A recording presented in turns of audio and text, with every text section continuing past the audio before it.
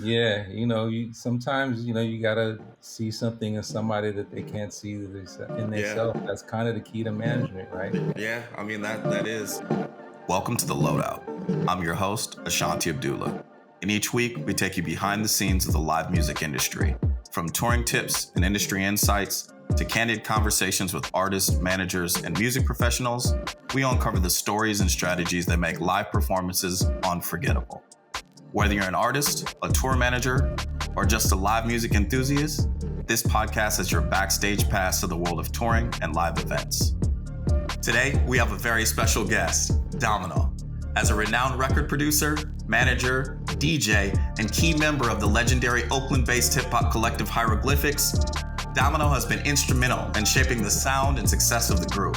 With his deep knowledge of jazz and funk, creative sampling techniques, and extensive production skills, Domino has left an indelible mark on the underground hip-hop scene. Join us as we delve into the behind-the-scenes stories and business strategies that have defined his career. Let's get started. Domino, what's up, bro? I'm so happy to have you on here, my man. Oh, it's my pleasure, man. Thanks for having me. I appreciate it, bro. I really appreciate you coming through. How's the day treating you? It's just getting started, man. I was listening to a track I made last night. It's kind of like the producer thing, right? You Yeah, it make never something, and stops. then that next morning listen kind of either confirms what you thought, or maybe takes you down a road where you're like, damn. How many of those have you thrown away? I don't throw away anything There we now, go. not anymore, because it's like you never know. One of the things I realize about producing is that what you like isn't necessarily what the MC likes, and Yeah. so there's so many tracks and even stuff that's out where like I played a bunch of beats and the stuff that they picked, I was like, you want that, in my mind, and so like. I tend to not try to just be totally judging it 100% myself. I Right. might like play it here and there, but you definitely have your favorites, but they're not necessarily other people's favorites. Yeah. No, I mean, I'm aware of that. It's funny from the management side. Um, people send me all, when they get stuff like half done or whatever, they send it through to me, and there's some stuff that they might not even like, but from our side we hear what it can be, you know what I Yeah, mean? So then it yeah, becomes a whole like tussle with them of finish the song, it'll be great. You know what I mean? yeah, Back yeah, and forth, a bunch of arguments. yeah. You sometimes you gotta see something in somebody that they can't see in Yeah. themselves. That's kind of the key to management, right? Yeah, I mean that is, or a lot, or so there's that. That's one part of it, but there's also the side of that person's just really talented with no structure. You know what I mean? And so Yeah, sometimes that's the helpful part of it too. yeah. Um, The main thing I'm dealing with right now, as probably with anyone who manages MCs, is trying to get the hooks right. It's like these guys are so like, yo, they want to rip and do, show their skills, and I'm like, I'm an underground head, man, but I'm yeah, gonna need some choruses from you, yeah, man. yeah, straight up.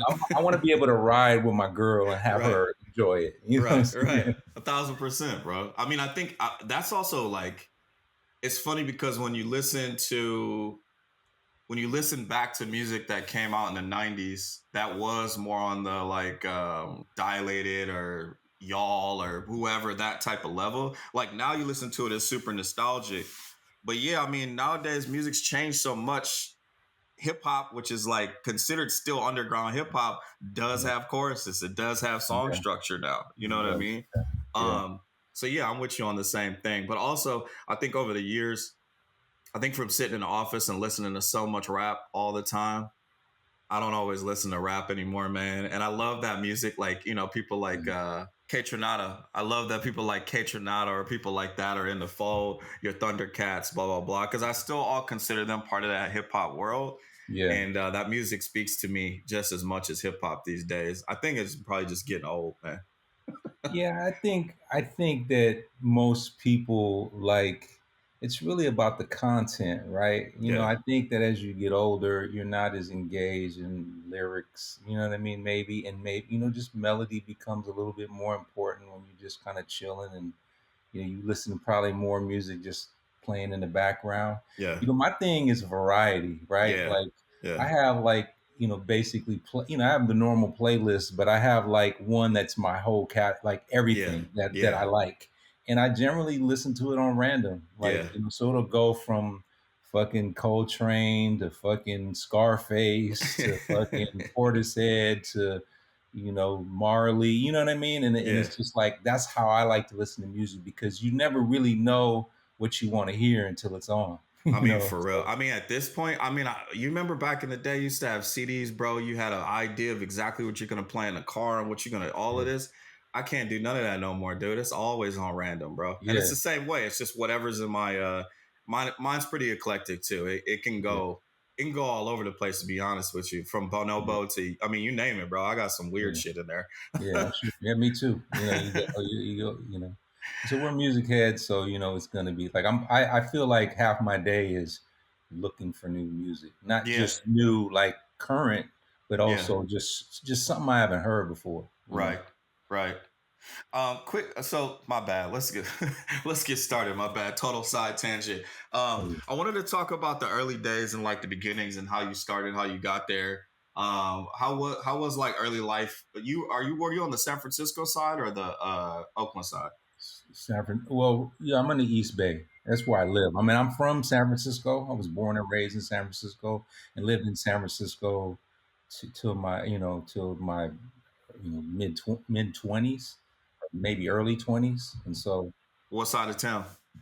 I lived in the Mission is where I kind of grew up. And then when I was like middle of high school, I moved out to Monterey, like Monterey Boulevard out that way, for like maybe like 3 years, 3 or 4 years after, like kind of, I think it was like 10th grade or something when I moved there, or ninth So did grade. you go to Jefferson then? No, I went to Mission High. Oh my man, Yeah, it must have been different back then. You know, I got a son who just finished like went to school out here, and he definitely wasn't going to Mission High, but yeah. I assume it was probably different back then. I don't know, like like Mission kind of always had a reputation, and the thing is that the like people that I knew who went to Mission High were like older, were like, oh yeah, and like in the 70s, it was Old it school. was it was yeah, it was like It was gangs, cracking. fights. Yeah.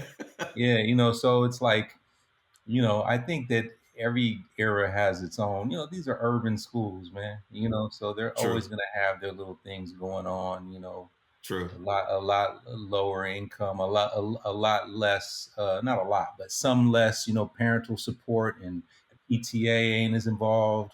Like I remember, like I never heard of the PTA until, like, I don't remember no PTA in Mission High when I was there. It wasn't until I was a parent then I was like, Right. PTA, what's that stand for? Right. You know, and My so son actually ended up going to Gal, which was a great experience because it's a completely different school than it was back in the day. I'm sure. It was a great school. Great. I mean, you can't beat it, bro. It's like right there, kind of on the water. It's like the Yeah, quintessential. yeah, And he moved from our hometown, which is Minneapolis. So imagine uh-huh, moving out to the West Coast and going to like the quintessential like high yeah, school look. You know what I mean? It was pretty dope. yeah. Yeah, yeah. Um, You walk down 3 blocks or 2 blocks, and you're right there at the water. Exactly. So from your early days in San Francisco, moving to the East Bay, all of that stuff, you lived in the back of the Groove Merchant. Yeah, yeah. How did that influence your ear, or how did that really influence how you ended up getting into music?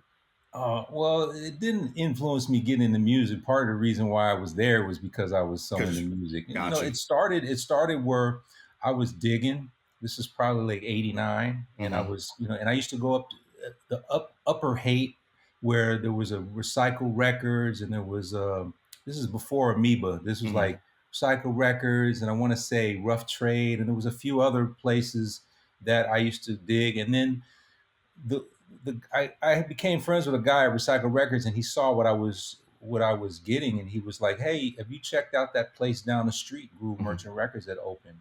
They kind of cater to what you like." Mm-hmm.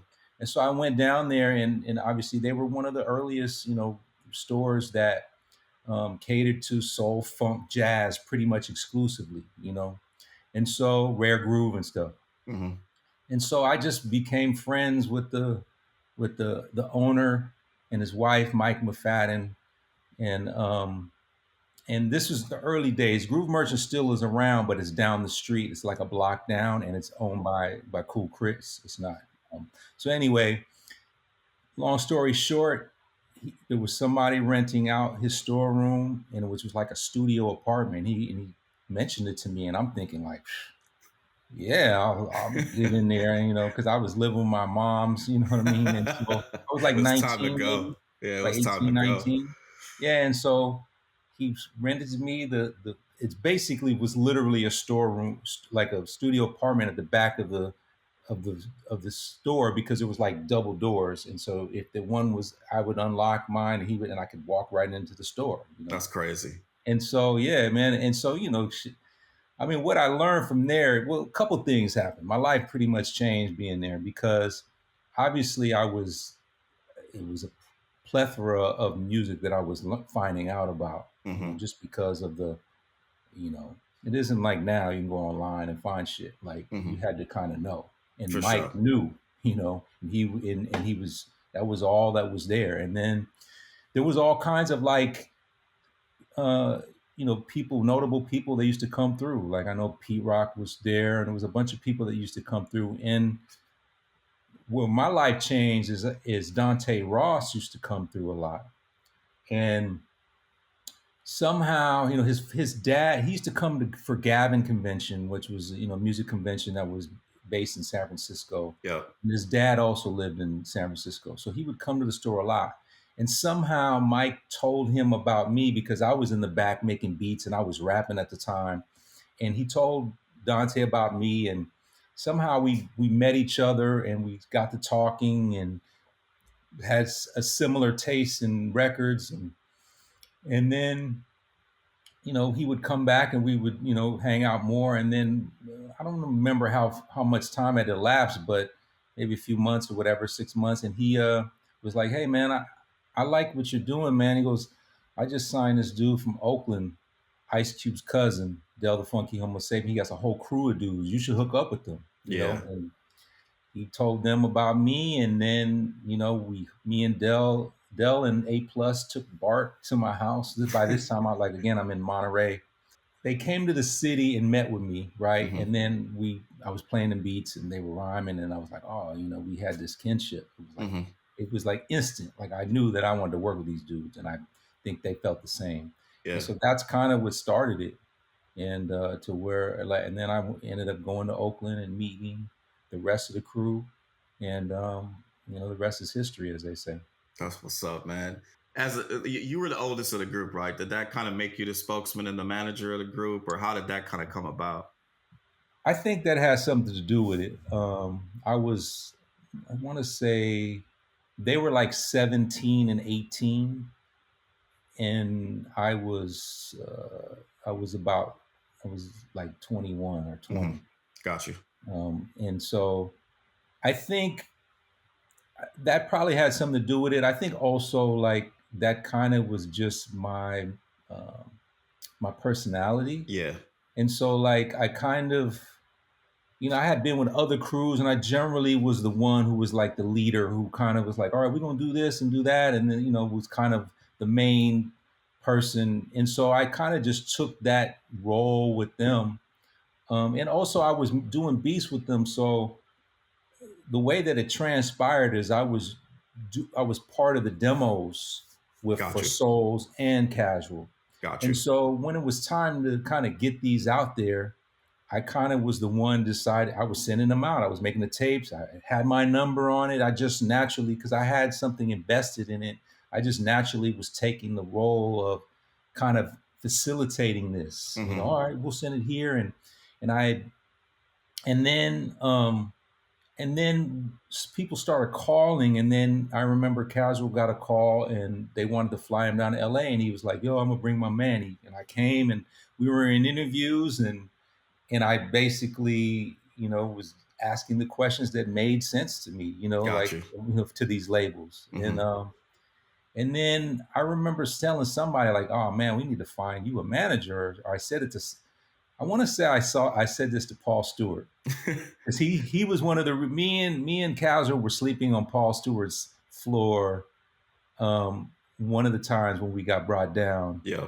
And I remember he was, I've heard like the initial Far Side demo was that era, like, Yeah. and so um, I just remember Faking the Funk was a big song at the time. That's kind of like my memory. That's how I think of That's time. what's up. So I guess this is 1990 or 91. And so, long story short, I was saying, well, we need to get casual manager. And Paul kind of said, well, kind of what you're doing right now is managing That's them. what it is. Yeah. It's kind of like he put that in my ear. And so then when I went back up to the Bay, the Souls Opio from Souls of Mischief's stepfather is a legal music attorney, Mm-hmm. and he had represented Donny Hathaway and different people throughout the years, and Ice Cube. And so I kind of cornered him in his kitchen one day and kind of was trying to feel it out to see whether or not I could do this, or this was just some, you know, I'm 20-year-old, confidence, what I'm Right. saying? And Right. so he kind of was like, he goes, well, why don't we do it together? I'll be like the veteran who, will kind of advise and watch all the legal stuff, and you'll be kind of more on the ground. And while you're going out, he goes, I don't want to like travel out with them. You'll do all that, and then, when it's time, and you'll learn during this, Mm-hmm. and that's kind of how it happened, to where I was kind of going to New York for these meetings with Jive and Electra, and then when it came time to do deals, I was on the calls, Mm-hmm. and so I was learning kind of as it was going. And I think a lot of people, I think common sense is also a little underrated. You know what I'm Yeah, saying? for I real. think, and not everybody has it, but I think that if you have some common sense, and you may not know, you may not have the knowledge, but you can deduct what decisions make sense. Mm-hmm. You know what I mean? Mm-hmm. Like, and just if you analyze it that way, and that's kind of what got me through the early days, was just kind of not being, just starting, was basically I had a kind of a sense of what, I could assess what made the most sense whenever a decision came around, Yeah. and so that's kind of how I got my start in the management. So I was doing this, and at the same time, I'm still producing and making beats, and then it just kind of went from there. It's funny it worked out. So like this is a theme that's been running through all of these episodes that we've been doing. But one of the themes is how do you end up becoming a manager? And I can tell you from all the managers that I know, or all the people that work on this side of the business, including myself, you start off by wanting to be an artist, Mm-hmm. and you realize that you're the better suited person for it. It's a personality thing. It's not something you can't just like learn how to have the personality to be a manager. You can learn all the other stuff, right? Yeah, But yeah, you really have to have that personality. And a lot of it does come down to like being meticulous and being a forward thinker, right? So if you think about where will this put me in 5 years, or where will this put me in 3 years, or where will this put us? And the other piece that I think people kind of forget, because a lot of artists, they tend to manage themselves in the beginning, which is fine. And that's exactly how it should be. And if you're really going to be a good artist, I think you should really understand the business and be the one making those decisions, right? You just have a manager to speak on your behalf. However, a lot of times artists can tend to not have the ability to, because it is their art.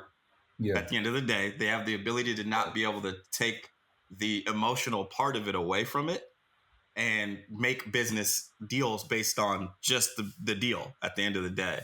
And so I think that's where the management side kind of comes in to help. Is it's funny because you are still attached to it, but not on mhm. the level of the lyricism side or whatever. You're attached to it in a different way. Well, Do I'm you know not what a I mean? figurehead, right? It's Right. different when Right. you're like the artist in front. Like, it's one thing if you're a producer in the back, you're already kind of playing that role. I think you hit it on the head. I think we said it, I said it to you when we first got on the call, was basically, um, knowing what's best for somebody, Yeah. you know, um, that they may not recognize, Yeah. and that's the key to management, right? And artists are going to love their art, and this is why it's so important. I think one of the things that I've learned is it's really about having a certain amount of trust between Mm-hmm. you and your artist, because they have to realize that they have to trust you, and Mm-hmm. and they have to know that you have their best interests at hand. And Mm-hmm. so then you can say some things that are critical that they could they if they trust you, then they'll Mm-hmm. know that you're doing this for the right reasons and Yeah. for the best interests of them. Yeah. And so it's easy to manage somebody who you agree if you agree with them all the time. That's easy. Yeah. That's what they want. But the real job of a manager comes into play when you're dealing with disagreements about the Mm-hmm. direction of stuff. And and so the good managers, and hey, I've been doing it a while now. You know what I mean? Like, you learn these things Yeah. that a lot of management is babysitting. A lot of management is also like massaging egos and knowing how and when to address certain issues. Yeah. I mean, I manage Dell, and he's a true artist where, like he doesn't think along those lines. Like, Mm-hmm. I never like, he's the type of dude that if he wants to do a show, he either wants to do it or not. He never asks how much it is. Like, how much am I making? That's never his question. Right. And that's very rare, right? Because money, you can go, if someone's cares just about the money, they're like, well, how much am I getting? Right.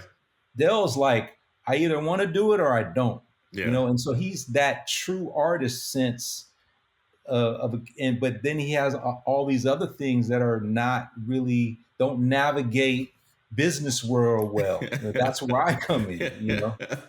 I've had some amazing relationships with artists I've worked with over the years. One in particular is Manifest. For Mm-hmm. whatever reason, we became like brothers almost straight out the gate. Like, it's wild how it all started. He I needed a roommate. It was back when I was in Minneapolis. I needed a roommate.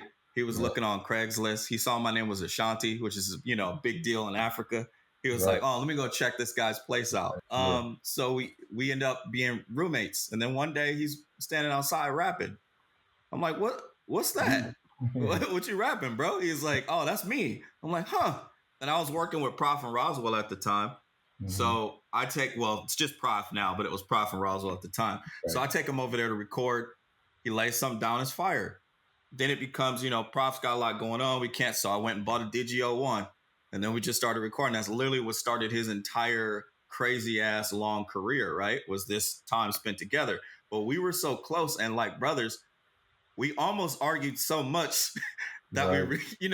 but I think at the end of that, some of the most amazing shit kind of came out of it because we were pushed. It was like, if there wasn't a good reason from both of us, it wasn't happening. You know what I mean? And I think that rubbing against each other really built something amazing for him. But it was a fun journey. We still argue to this day. There's people in the middle of our conversations all the time, and they don't realize that we just fuck with each other, bro. It's just a part of our, you know what I mean?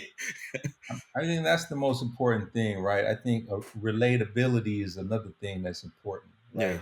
You get a lot of these big managers, and they have certain connections, and that's why maybe like an artist who starts with somebody that they know, and then they go over to a bigger, you lose a little bit of that Yeah, relatability. for sure. You got these people, they know who to call, and they have a big Rolodex, but their interaction with the artist isn't the Yeah. same. It's And weird. so Yeah. that's a big part. And so when you come up with somebody, you able to get that. And I Yeah. think that's one of the best traits that I have for Hyro is we came up together, but also I was part of it. And Yeah. so I kind of understand the aesthetic, and I Right. understand it's not like I'm like just some guy who with a Rolodex. I understand musically, and I'm on both sides too because I'm a producer. And so it helped our relationship because I'm not just saying, hey, we get this distributor and we'll do this marketing. It's like also I'm part of the whole. I'm not just saying do a record and then turn it in. I'm Yeah. there and I'm giving critique and I'm fully engaged in it. Yeah. I've been able to, yeah, I totally agree. I have zero musical talent. I can play the guitar, but that's about it. Mhm. I've tried it all over the years. I've DJ'd forever. Like that was my jam. I was touring as a DJ the whole nine. And then I realized all my friends were getting better and I wasn't. And I was like, well, I guess I'm just a manager.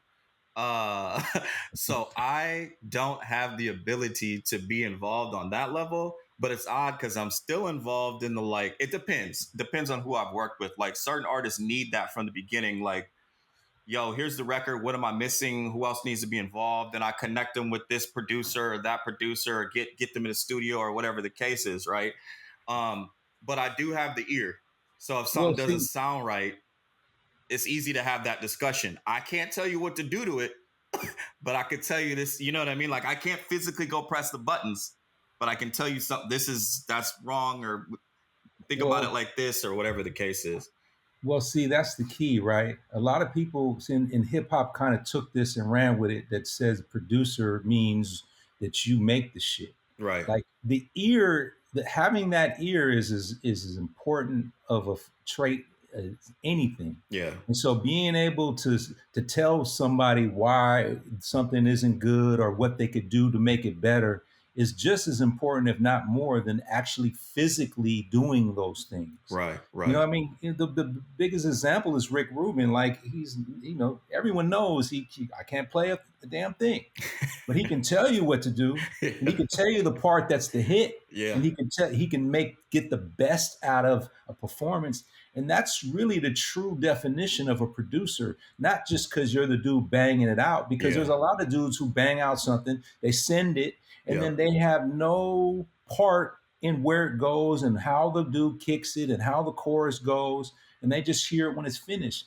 In my opinion, you didn't produce that. Nah. You wrote the music, Yeah, you wrote the music. Yeah. but you didn't produce it. The Exactly. producer's the guy in there who's saying, all right, we're going to break it down here, and this part, this is the change, and we're going to have a bridge here.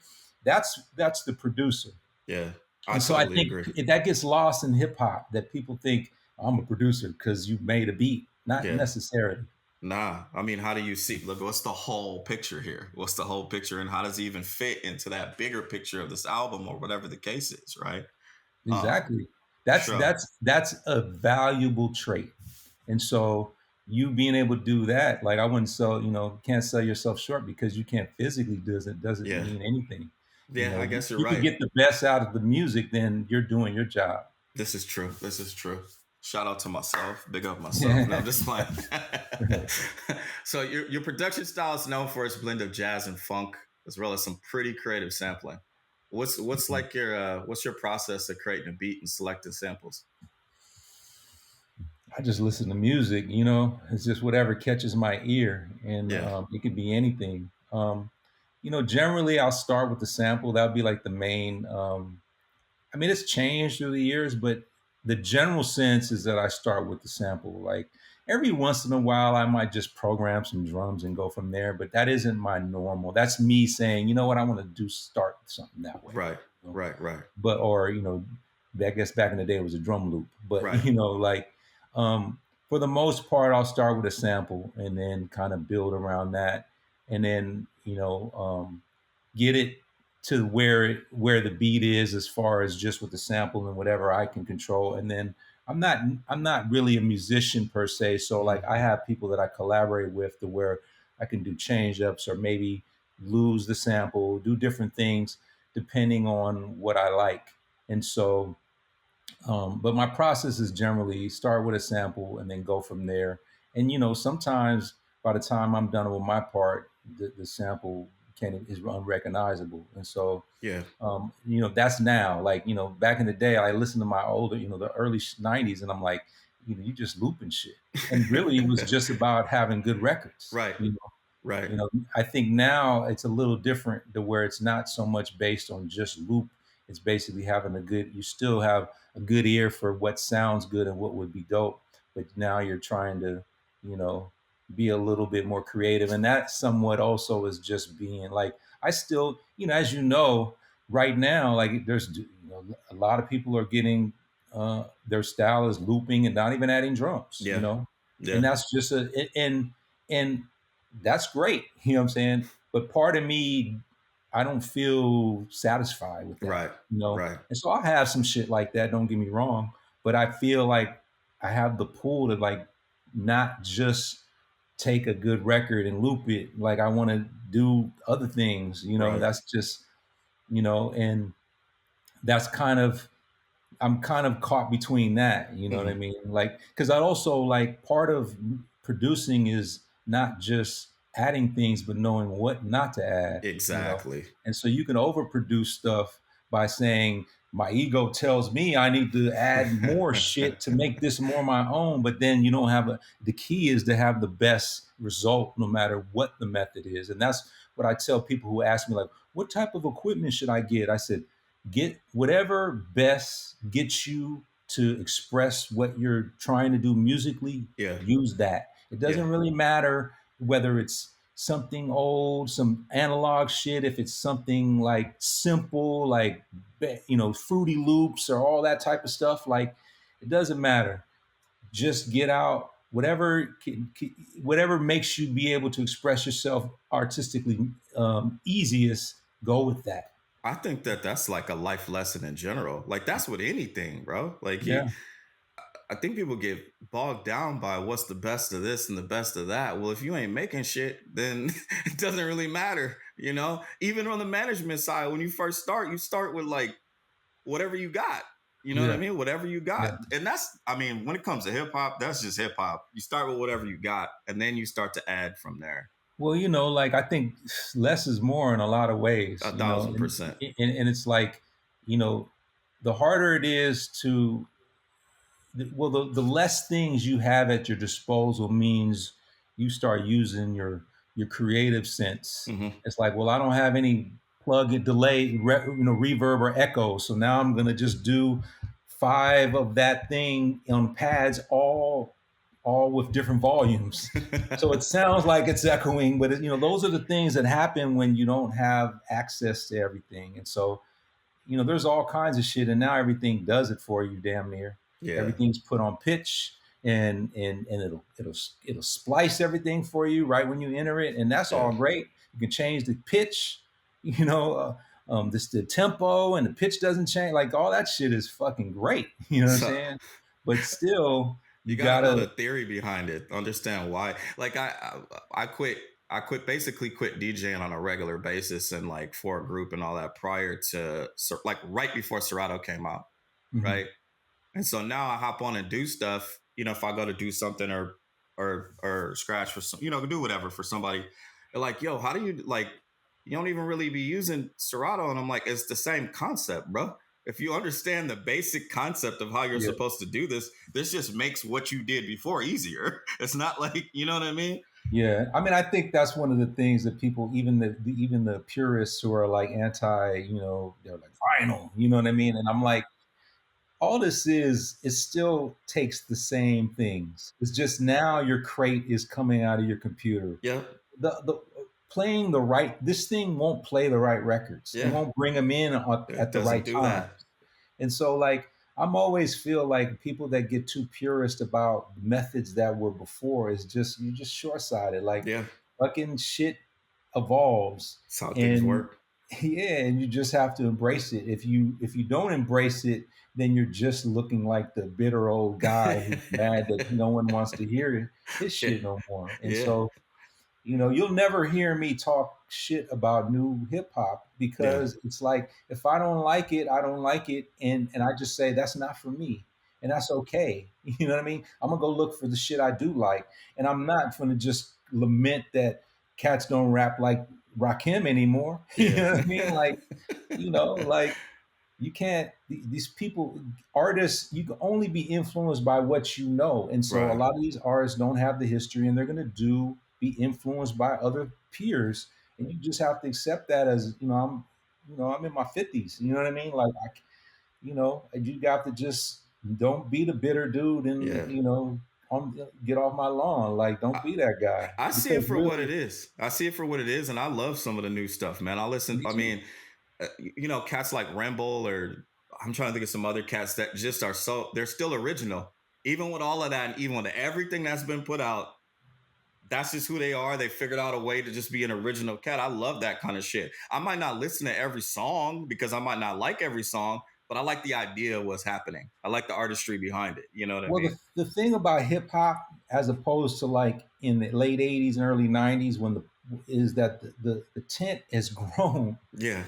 significantly, and also because of social media and Spotify, you have access to everything. You know what I'm saying? And so, really, if somebody who's an old head or whatever who likes that aesthetic really wants that, you can find it if you put in the work. Absolutely. You know, because there's for every you know, Takashi 6ix9ine or fucking, Lil Uzi Vert. There's Yeah. somebody underground who's more within the aesthetic that you're championing. Yeah. That's in that late '80s, early '90s. Has that point of view. You just have to go find it. It ain't on the Yeah. It's front not on the burner no radio. Yeah. It's not on the more. radio. It's not on And the. the thing is that what people don't, here's the thing that's funny. What cats don't realize is in the late '80s and early '90s, how everything now you'll hear like rock, you'll hear like fucking during the day, you'll hear all these classic songs. They weren't playing that Nah. shit on the Hell radio in no. them days. Hell They no, weren't. bro. And so, like, once the mid '90s came, now all of a sudden, you got these mix shows, and maybe early '90s, and Yeah. then they're playing like, they're playing the old school Hmm. Friday for Hmm. like mix, and they're playing during the day all these songs. And I used to think when they first were doing that, I used to think these motherfuckers didn't play that shit in the '80s. You were not hearing fucking, you got soul on KMEL. You Yeah. weren't. Yeah.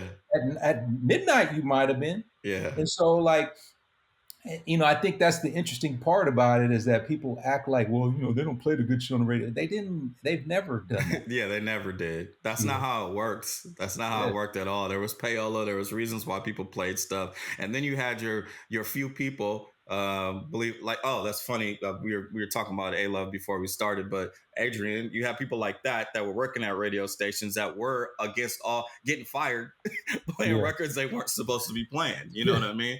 yeah, yeah, Yeah, it's funny. I was talking to someone recently, and I was like, I came up in the '90s, late '80s, early '90s is when my brain started to understand the world. Um, and I look at some of the kids that were doing this. There was this whole big '90s push of kids dressing like the '90s and doing all this. And I remember looking back at some of them being like, "Yeah, we didn't dress like that. Also, that shit wasn't cool in the '90s. Like, where are y'all getting this from? Like, is this from a book or like what the fuck?" yeah. Well, that's the new generation, right? In Yeah. social media, I said this before. It's a bunch of people who, like, I think I had posted. It was about this whole thing about who was and wasn't Yeah. around in the early days of hip hop, and I was like, only social media Yeah. is somebody arguing who wasn't there against somebody who was there and telling them that they're not right. You know what I'm saying? And I'm like, and that's the thing is that a lot of people, as the thing with history is that a lot of times people have revisionist history for Yeah. for Yeah. eras. You know Yeah. what I I mean, mean? true indeed. You, that's funny because that begs to the whole thing of the Kendrick Drake thing. Like the internet people were on Drake's side to begin with. You see how that worked out in the end, but like that's the reason why. Because they don't really, if you don't have a history of understand where all this comes from and the musical elements and all of those things, you will fall for that okey doke. You know what I mean? Yeah, you will. I mean, once again, you can't hate on Drake's numbers or whatever, but it is what it is. I don't hate on nobody, man. Nah, There's enough money out there for all for of us, man. everybody, yeah, Drake is not taking away anything from me. not from nobody. If anything, and I used to say this back when Puff first broke, right?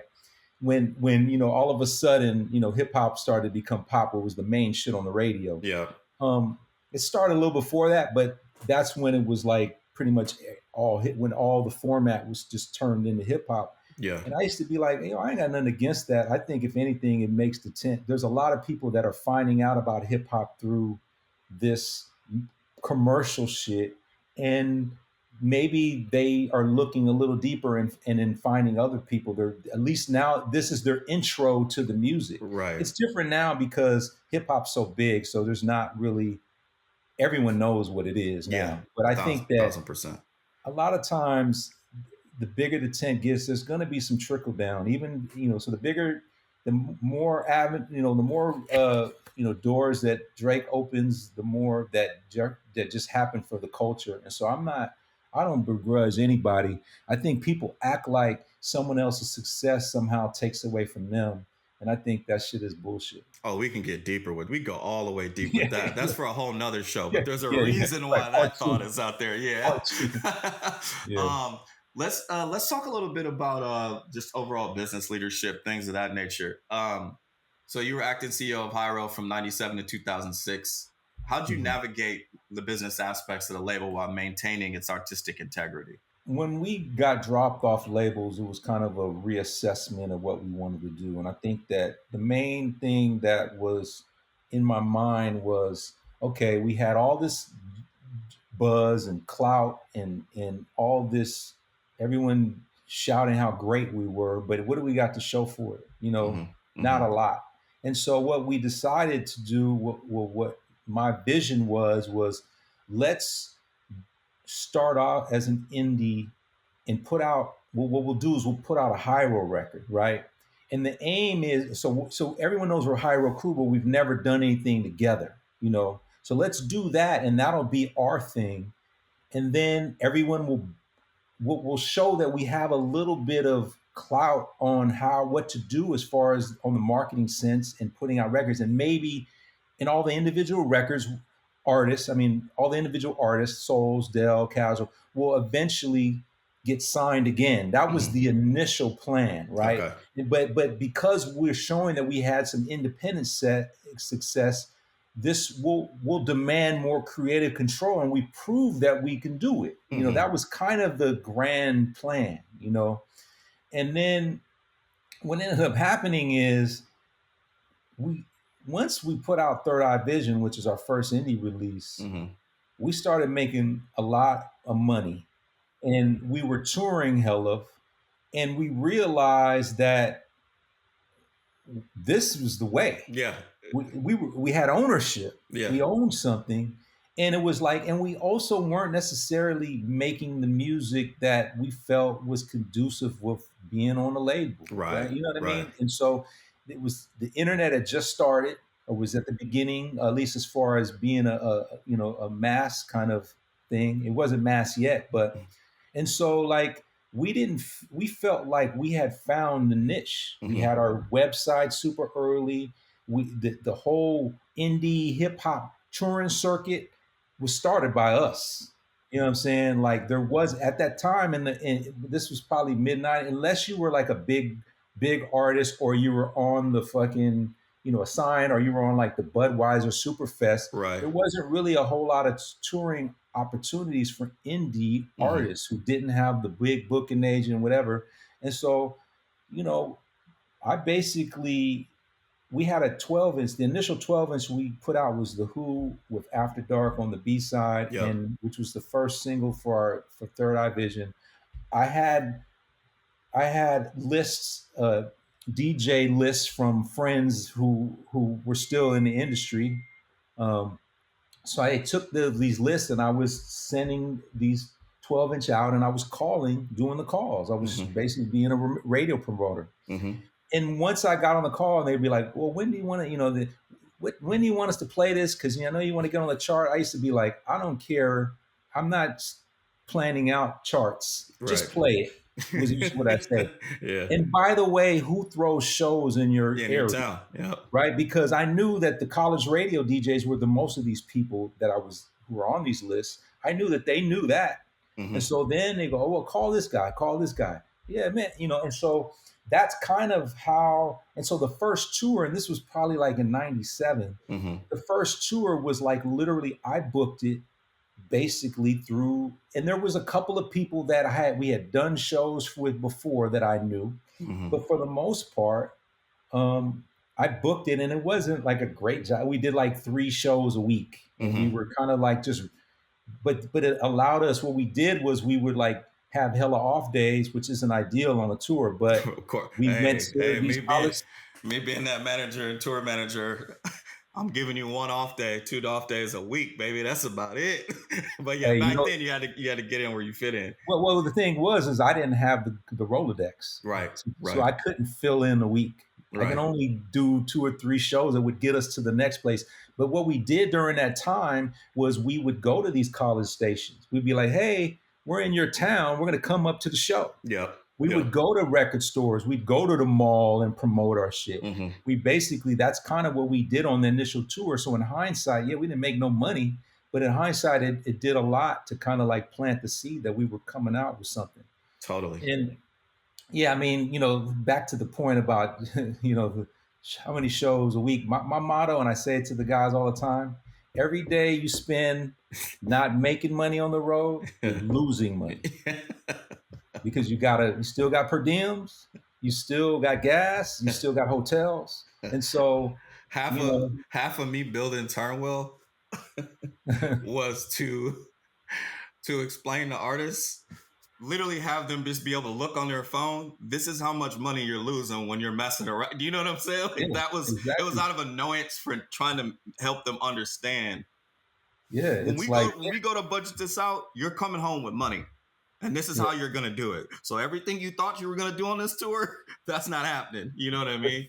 But that's been the motto, and shout out to Peter Schwartz, who was like the first agent who kind of was grinding with us. For sure. So the story though is that when we were on this tour that I had booked 2-3 shows a week, we got to New York, and I remember this like it was yesterday. We went to Fat Beats, and I don't know if you remember if you went to Fat Beats. Oh yeah. In the late 90s, there used to be a payphone right at the bottom of Fat Beats, the stairs as you come down. And I get a page from this 212 number. I call it back, and it's Peter Schwartz. And I knew him before because he was Kara Lewis' assistant when Dell was with Kara, right? Gotcha. And so I knew him. And he says, "Hey, I see you're out doing things." And I'm like, "You're just the guy I want to talk to." You know what I'm saying? Because I knew that we needed to fill in this shit. Yeah. And I'm like, and he says, "Yeah, come up to the office." And then this is when he was at the agency group when he first had got there. Yeah. And Peter had a hand of basically filling in those gaps. And we were doing like, back to the point, we were doing like 40 shows in 42 days. Yeah. Like, you know what I mean? Yeah. Like, I mean, that's crazy too. Don't get me wrong. Yeah, no, it is. Hey, the crazy thing though is that I never thought we were doing that until last year. I go out on this 93 dates tour with Souls, and I'm like, yo, like 3 months of grind, like, and I'm like, yo, I don't even think I did a 3-month tour when I was in my 20s. Right. Like this is. That's rough, bro. Yeah, and hey, man, God bless the souls, man. Every night they fucking showed out. Like they didn't have any throw-in nights. They gave the full performance on show. It ended up being over 93. So on show 102, they were still giving people their money's worth. Yeah, there's a couple different ways it can be approached, and I've seen different artists approach it different ways. A$AP Rock, for one, is he would tour 2 or 3 weeks on and 1 week off. Like that's how he just did it. He would go home for a week and then go back for 3 weeks and then home for a week, which was cool. I think most people that have done it, you look at the bottom line, man, you want to go home with a good amount of money. You don't want to have too many days off. There's some people that can afford that. Yeah. So like, we were just on the road with Cypress, and they only wanted to do, I think, 3 or 4 shows a week. Mm-hmm. And so that's cool. They can do that. But I was like to the agent, I was like, yo, like we got to fill in these. Yeah, we got to do these other days. Yeah. Oh yeah, I saw you. That's right. That was like, what was that? The Toyota or Honda Center? Or that wasn't part of the tour. I mean, it was part of the tour, but that was obviously a separate. Yeah. That was the night that that was the day Kendrick. Because we were at soundcheck, and Kendrick just dropped one, and that was the night he dropped. That day he dropped. They're Not Like Us. I was like about to head over there. I was at Top Golf, so I was like, let me go over here and like get a couple swings in before I head over to and that shit came out, bro. I was like, wow, I think this is over. I think this is over, bro. Yeah. Give me a couple of crazy stories from the road, man. The one that I've told in the past that is pretty funny is, I brought my 14-year-old, or maybe he was 13, he was young, cousin on the road to sell merch, right? Yeah. I figured he's, his dad had recently passed, and so I was trying to like have them come out and maybe learn a trade and basically, get some direction. And so we're on this tour and he's selling merch and, um, everyone obviously smoking around him, but he's not smoking. But and so basically, as you know, once you once you start getting to the point where you're about to cross the border, Mm-hmm. it's a whole new game. And Oh so boy. basically, we all know we've been doing this for hella long. Everyone gets their last big smokes in, and then we clean the bus, right? Mm-hmm. And then to go into Canada. We know it. It's a long. We've done it a million times, and so it's a regular. Mm-hmm. And so basically, we get to the border, and then the guy, as normal, they take us off the bus and they start going onto the bus, Mm-hmm. and so we're sitting in the room or whatever. It's like the off, the waiting area or Yeah. whatever. And the guy comes in and he goes, "Okay, who has the dope?" Right. And now, mind you, I've been through this before where Yeah. they just say it and then Bro, they they've who's said the the one with the exact dope? same thing to me, bro, Yeah, a million yeah, times. It's yeah. just like And what they so do. and so I'm like, yeah, right. Nobody. And he goes, "All right, well, who's the manager?" And I'm like, "Me." He goes, "Well, come in here." He talks. And he goes, who he goes, I go, "Look, man, we've been through this. We go through this all the time. I've been doing this 20 years. Like, we know not to bring contraband across the border." He Mm-hmm. goes, "All right, well, who's in the third bunk, the bottom bunk on the middle or whatever?" And I'm like, "Oh, that's my little cousin. He don't smoke, so I know you fucking on some shit, right?" And so he goes, "Go get him." And so he comes in, and they're like asking him, and I'm like, "He doesn't smoke," and he's like, "I don't smoke," and he goes, "Empty your pockets." And so he empties his pockets, and lo and behold, there's a bud. And I look at him, like the look on my face was like, Yeah. "What the fuck?" You Yeah. know? And he goes, "Where's the rest of it?" And my little cousin literally starts crying and goes, "It's in behind the pillow." And this fool had a stash. And because no one knew he was smoking, no one could school him That's on amazing, bro. and so the funny part of it, it's pretty funny, but what's even funnier is then the cop realizes how mad I am. He could see it in my eyes. And so he knows that I wasn't in on it, right? Yeah. And so he goes, "All right, tell me one reason why I shouldn't seize this bus and put you all in jail," is what he says. But he's winking at me. And I go, "Oh, okay, I know where this is going." And he Yeah. goes, "Because they're good people and they're Yeah. my Yeah. family and whatever." And he goes, "All right, write all this down. I want you to write an apology." And he sends him off to write this note of, "I'm sorry and we shouldn't do this and we're all good people and blah blah blah blah." And he goes off and he looks at me. He goes, "Hey man, don't be too hard on him, man." Yeah. He goes, Yeah. he goes, he goes, "Don't worry, man. We're not going to do nothing." He Yeah. goes, "We're looking for Tony Montana, not Cheech's mom." What is one thing you would leave people with?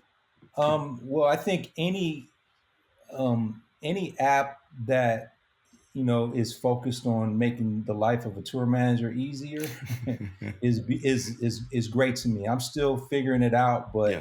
but I'm looking forward to where it's going to go because again, like the days of like the ease with everything's with the phone now, and so Mm-hmm. the ease that people can access this information, and Mm-hmm. as you know, as a tour manager, you be on tour and you have dudes asking you every day the same questions, and it's like now you can be like, "Look in your turn well." Yeah. You know what I'm saying? Simple. And so Simple. those type of it it takes a little bit for during the transition period for Yeah. people to stop totally asking, Yeah. but after a while you get to the point where people know automatically they're going to look at it Yeah. and get the information and save you from having to ask the what time is sound check for the 18th time. Yeah. For sure. Um, Anything about the music business that you want to leave people with? Don't understand that failure and rejection is a part of the journey, and everyone who's been successful has a story of rejection. And so don't let it stop you. If you believe in yourself, just continue to work no matter who tells you you're bullshit and you're good. Everyone has a story of rejection. Appreciate you being on the show. We'll talk to you soon. All right, bro? All right, man. And that's a wrap for today's episode of The Loadout. If you enjoyed the episode, please subscribe, rate, and review on your favorite podcast platform. Follow me on social media at Probably Ashanti or at Turnwell on all platforms. Thanks for tuning in. Until next time, keep buying those tickets. Peace.